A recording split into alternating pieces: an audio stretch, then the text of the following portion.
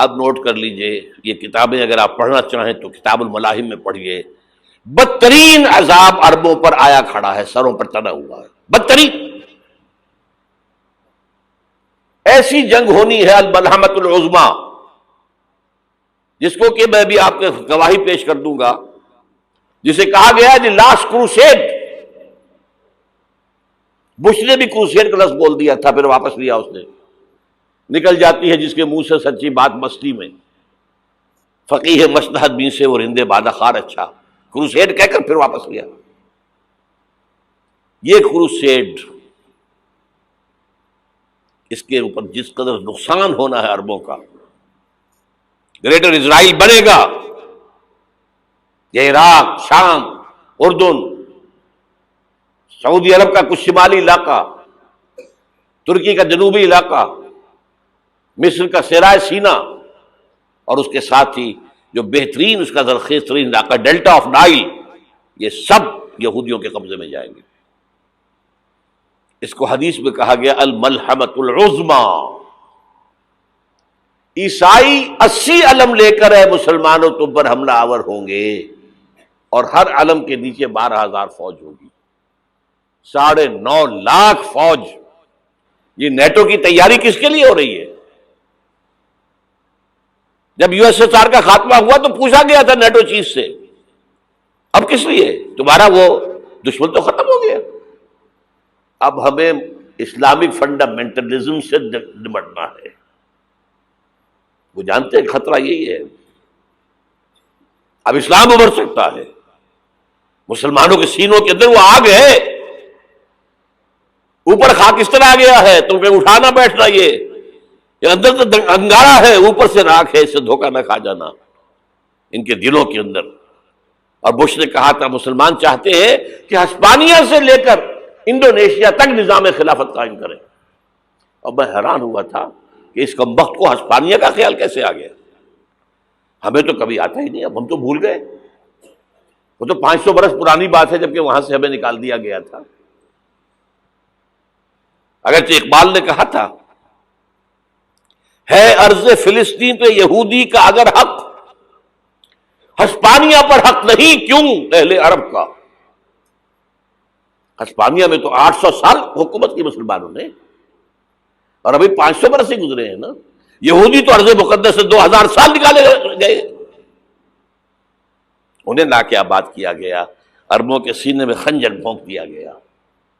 وہ چھوٹا سا ملک جو چاہتا کرتا، کوئی پوچھنے والا نہیں. امریکہ جیسے اپنے بیٹے کی حفاظت کرے ویسے کرتا ہے اس کی. اور حضور نے فرمایا ہے وہ جنگ جب ہوگی تو ایک باپ کے اگر 100 بیٹے ہوں گے تو 99 ختم ہو جائیں گے، ایک بچے گا. یہ حدیث ہے، حدیث ہے صحیح. اور آپ نے فرمایا ویل للعرب من شر قد اقترب، عربوں کے لیے ہلاکت ہے، عربوں کے لیے بربادی ہے اس شر سے جو قریب آ چکی ہے.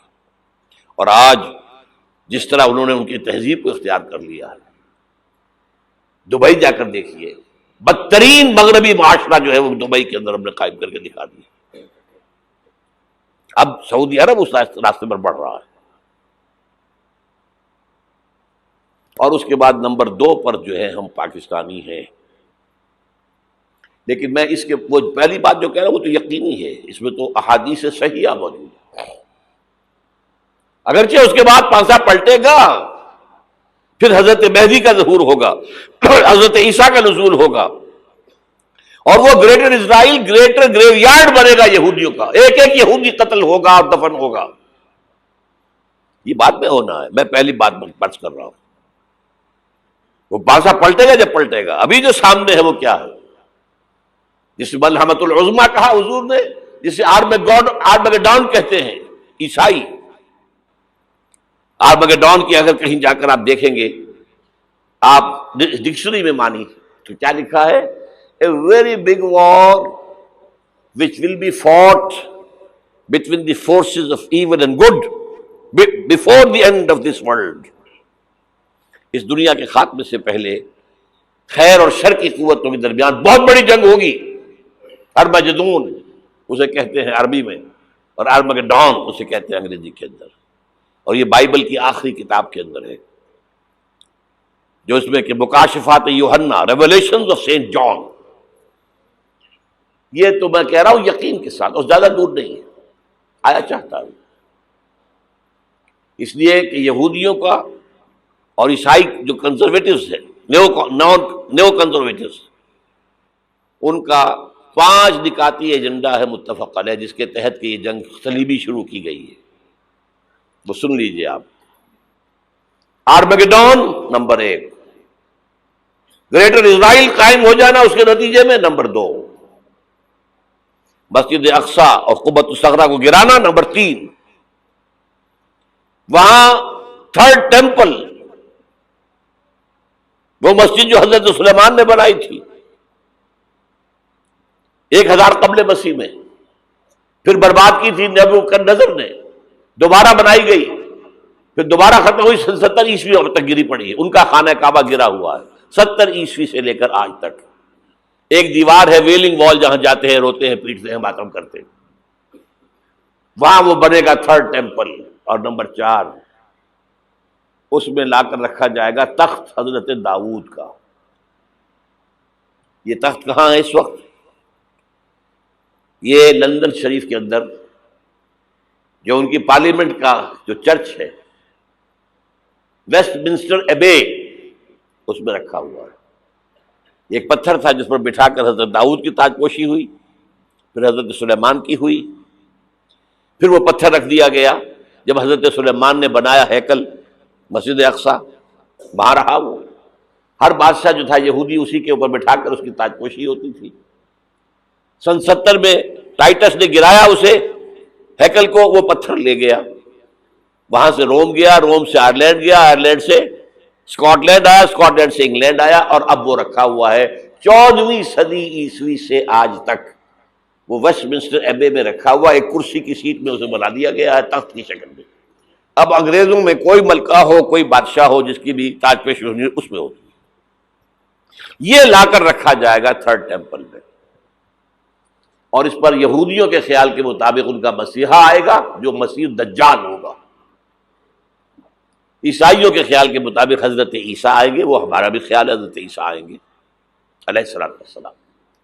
بہرحال یہ تو بات کی باتیں ہیں نا. اس وقت جو میں عرض کر رہا ہوں، عربوں پر بہت بڑا عذاب، اور پاکستان کا معاملہ البتہ یہ ہے، میں یقین سے نہیں کہہ سکتا. ہینگنگ ان دی بیلنس، ہو سکتا ہے اللہ تعالیٰ ہم پر رحم فرمائے، ہو سکتا ہے، اگرچہ اس کی کچھ شرائط ہوں گی.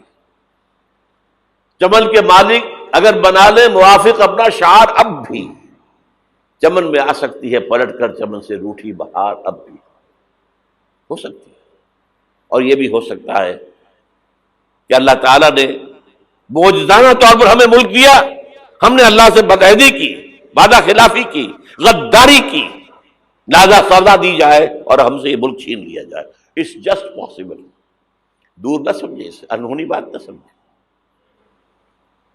جو گھیراؤ ہو رہا ہے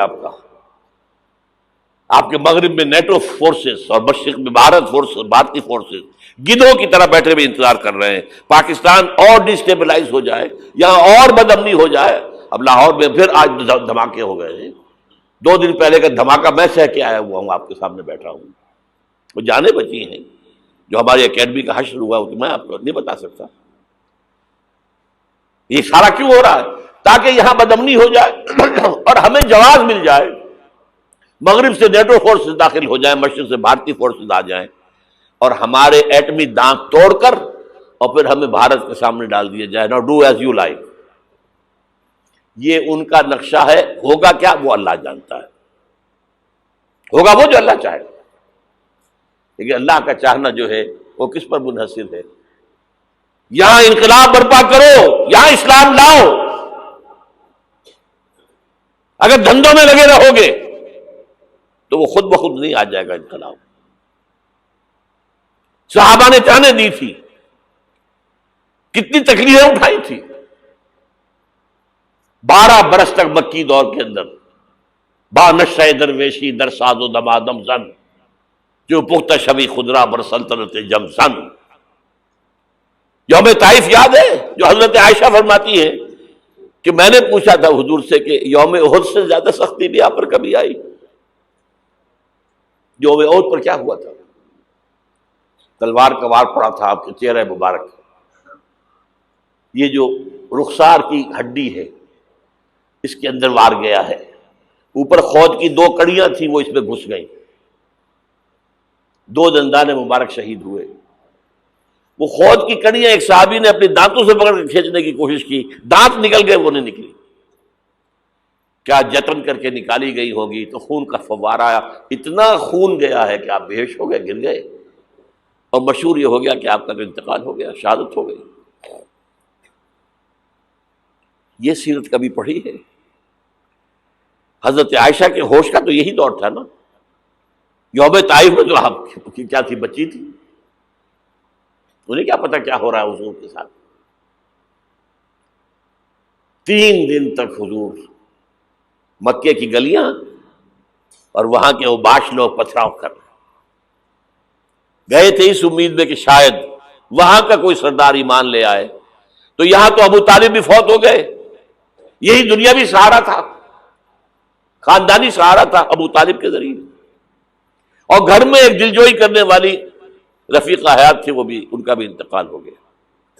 آپ نے کہا یہ عام الحزن ہے، اب تو سب کو طے ہو گیا قریش کو کہ آپ جیسے قتل کر دو ان کو، اسی لیے آپ گئے طائف، شاید وہاں کا کوئی بڑا سردار مانے، ایمان لے آئے مجھ پر، تو میں اپنا مرکز ادھر شفٹ کر دوں۔ تینوں سے ملے ہیں، تینوں نے وہ جواب دیے ہیں، نکل جاؤ یہاں سے، میں تمہارے ساتھ بات بھی کرنے کو تیار نہیں۔ اچھا، تمہارے سوا کوئی نہیں ملا تھا اللہ کو نبی بنا کر بھیجنے کے لیے؟ دیکھو جاؤ، میں بات نہیں کرنا چاہتا، ہو سکتا ہے میں بے عزتی کر بیٹھوں، واقعی تم اللہ کے نبی ہو تو میں مارا جاؤں گا، جاؤ جاؤ جاؤ۔ یہ سلوک محبت کے ساتھ ہوا ہے۔ اور پھر چھوکروں کو، اسٹریٹ ارچنز جنہیں آپ کہتے ہیں، اشارہ کیا تھا، خبر لو ان کی، پتھراؤ ہو رہا ہے، ساتھ کوئی ہے ہی نہیں، ایک آدمی صرف، زید ابن حارثہ۔ اب سامنے سے پتھر آ رہے ہیں تو حضرت زید آگے آ جاتے ہیں، ڈھال بنتے ہیں، مجھے لگے پتھر حضور کو رہے، آپ پیچھے سے آ رہے ہیں، چاروں طرف سے تو ڈھال نہیں بن سکتا ایک شخص، جسم لہو لہان، خون جا کر جوتیوں میں جم گیا ہے، جوتی اتر نہیں رہی۔ پھر وہاں سے واپسی پر جو دعا مانگی ہے، اللہم الیک اشکو ضعف قوتی وقلت حیلتی وہوانی علی الناس، اے اللہ تیری جناب میں فریاد لے کر آیا ہوں اپنے قوت کی کمی کا، اپنے وسائل کی کمی کا، اور جو ذلت و خواری ہو رہی ہے لوگوں کے سامنے، الا ملتکرنی، مجھے کس کے حوالے کر دیا ہے، الا بعیدی یتجہمنی، یہ میرے اوپر ہجوم کر کے آ جائے، حملہ کریں، اور عدو من لگتا امرے، یہ دشمن کے حوالے میرا معاملہ کیا، جو چاہے کر دے وہ۔ لیکن پھر عبدیت غالب آتی ہے، ان لم یکن علی غضبک فلا ابالی، اللہ اگر تو ناراض نہیں ہے تو مجھے کوئی پرواہ نہیں، سر تقسیم خم ہے جو مزاج یار میں آئے، مجھے اندیشہ یہ ہے کہ تو ناراض تو نہیں ہوگی۔ یہ تکلیفیں جھیلی ہے، سینکڑوں صحابہ نے جانوں کا نذرانہ پیش کیا ہے، احزاب کی جنگ میں فاقوں پر فاقے ہو رہے تھے، اور ان فاقوں کی حالت میں خندق کھودنے کا حکم ملا ہے، لوگوں کی کمریں دوہری ہو رہی ہیں، پتھر باندھے ہیں اپنے پیٹوں سے، اپنے چادروں کے ساتھ کس کر، قبر دوہری نہ ہو جائے۔ اور جب صحابہ کدالیں چلا رہے ہیں تو کیا کہہ رہے ہیں؟ نحن الذین بایعوا محمدا علی الجہاد ما بقینا ابدا، اللہم لا عیش الا عیش الاخرہ۔ صحابہ کہتے تھے ہم وہ لوگ ہیں جنہوں نے محمد سے بیعت کی ہے کہ جہاد کرتے رہیں گے جب تک جان میں جان نکل جائے تو بات، اور جان ہے، چاہے ابھی بھوک سے کمر دوڑی ہوئی جا رہی، جان تو ہے۔ اور ایک دفعہ کہتے تھے اللہم لا عیش الا عیش الاخرہ، اے اللہ عیش، زندگی تو آخرت کی زندگی ہے۔ اور حضور فرماتے تھے، حضور کے بیٹھے ہوئے نہیں تھے گاؤں تکیہ لگا کر، پتھر اٹھا کر خندق میں سے لے جا کر باہر پھینک رہے تھے۔ جب صحابہ کہتے ہیں اللہم لا عیش الا عیش الاخرہ، حضور فرما رہے ہیں فاغفر للانصار والمہاجرہ، اے اللہ ان انصار اور مہاجرین کی مغفرت فرما دے۔ پھر حضور کی خدمت میں کچھ لوگ آئے، حضور اب یہ فاقہ ناقابل برداشت ہو گیا، دیکھیے ہم نے یہ پتھر باندھے ہوئے اپنے پیٹوں کے ساتھ۔ حضور نے کرتا اٹھا کر دکھایا، وہاں 2 پتھر باندھے ہوئے۔ یہ ہے سیرت النبی۔ آپ کس چیز کو سیرت النبی سمجھتے ہیں؟